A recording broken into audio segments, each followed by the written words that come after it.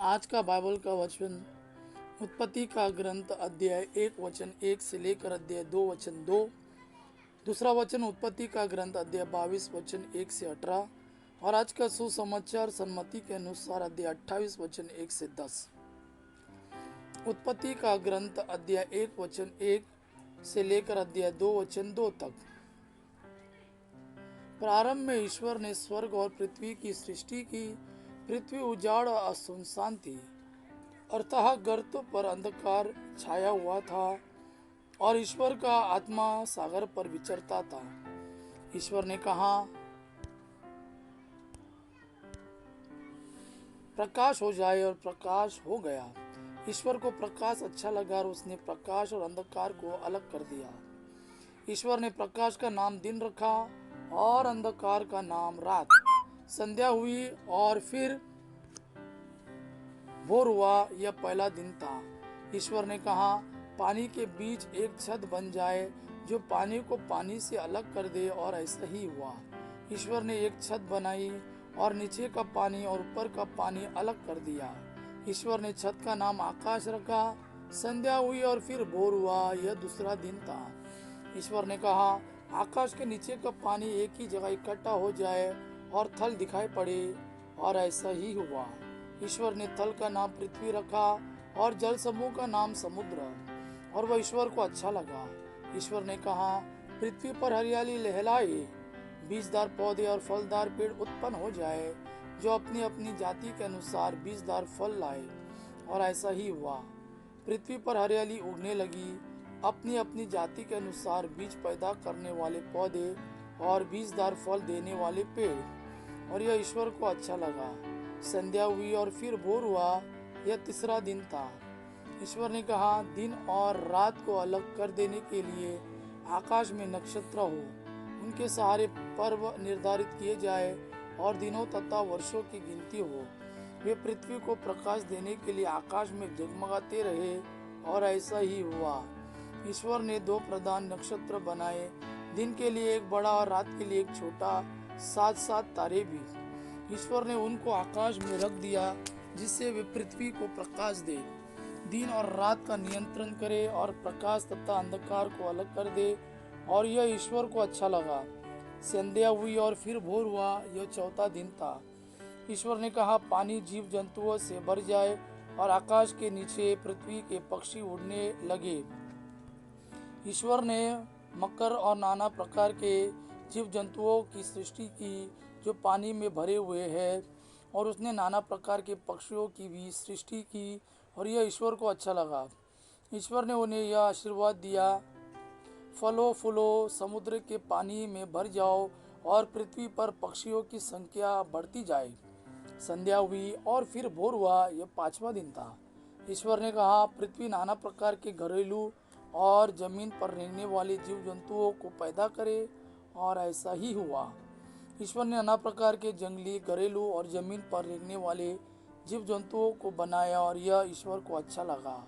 ईश्वर ने कहा, हम मनुष्यों को अपना प्रतिरूप बनाए, यह हमारे सदृश हो।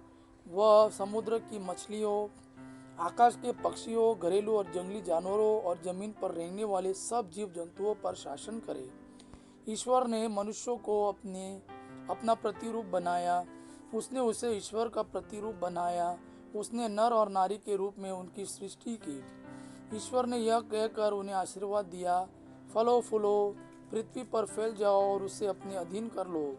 समुद्र की मछलियों, आकाश के पक्षियों और पृथ्वी पर विचरने वाले सब जीव जंतुओं पर शासन करो।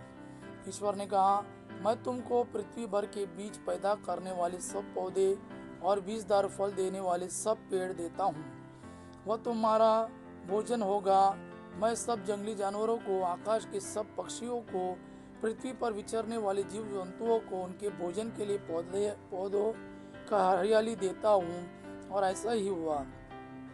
ईश्वर ने अपने द्वारा बनाया हुआ सब कुछ देखा, और यह उसको अच्छा लगा। संध्या हुई और फिर भोर हुआ, यह छठा दिन था। इस प्रकार आकाश और पृथ्वी और जो कुछ उनमें है सबकी सृष्टि पूरी हुई। सातवें दिन ईश्वर का किया हुआ कार्य समाप्त हुआ, उसने अपना समस्त कार्य समाप्त कर 7वें दिन विश्राम किया। आज का दूसरा वचन उत्पत्ति का ग्रंथ अध्याय 22 वचन 1 से 18। ईश्वर ने इब्राहिम की परीक्षा ली। उसने उससे कहा, इब्राहिम इब्राहिम। इब्राहिम ने उत्तर दिया, प्रस्तुत हूँ। ईश्वर ने कहा, अपने पुत्र को, अपने एक लौटे को, परम प्रिय इसहाक को साथ ले जाकर मोरिया देश जाओ। वहाँ जिस पहाड़ पर मैं तुम्हें बताऊंगा उसे बलि चढ़ा देना। इब्राहिम बड़े सवेरे उठा। उसने अपने गधे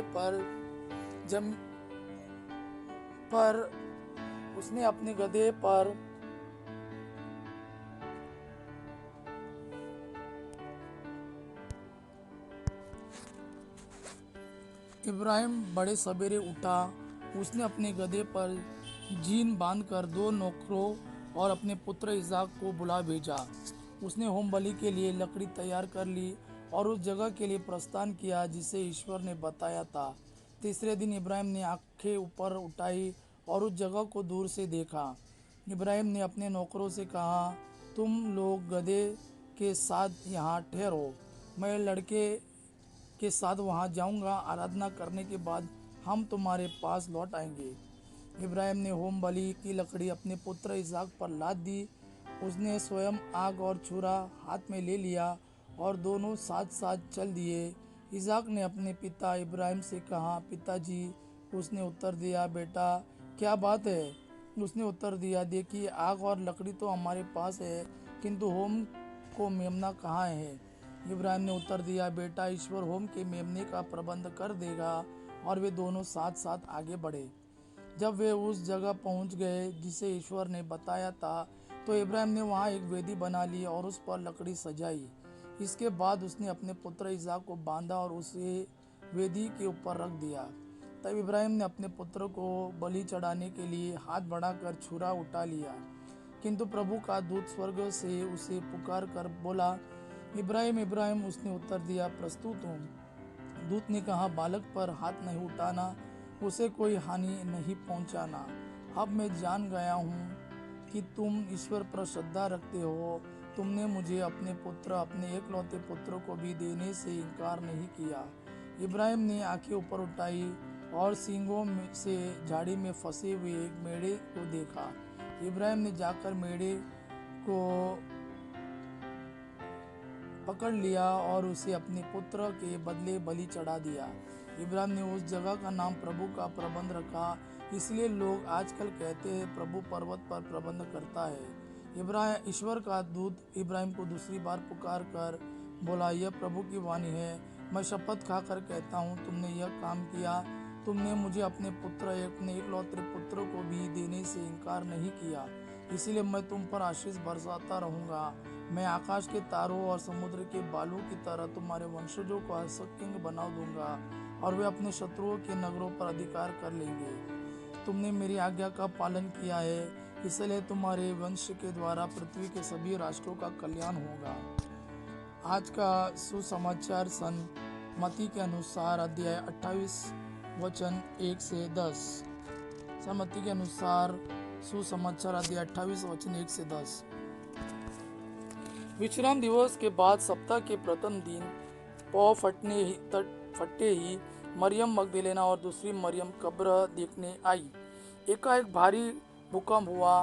प्रभु का एक दूत स्वर्ग से उतरा, कब्र के पास आया और पत्थर अलग लुढ़का कर उस पर बैठ गया। उसका मुखमंडल बिजली की तरह चमक रहा था और उसके वस्त्र हिम के समान उज्जवल थे। दूत को देखकर पहरेदार थर थर कांपने लगे और मृत्यु जैसे हो गए। स्वर्गदूत ने स्त्रियों से कहा, डरिए नहीं, मैं जानता हूँ कि आप लोग इसहाक को ढूंढ रही है, जो क्रूस पर चढ़ाए गए थे। वे यहाँ नहीं है, वे जी उठे हैं, जैसा कि उन्होंने कहा था। आइए और वह जगह देख लीजिए जहाँ वे रखे गए थे।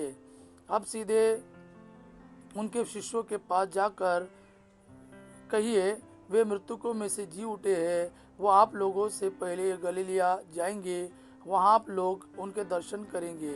यही आप लोगों के लिए मेरा संदेश है।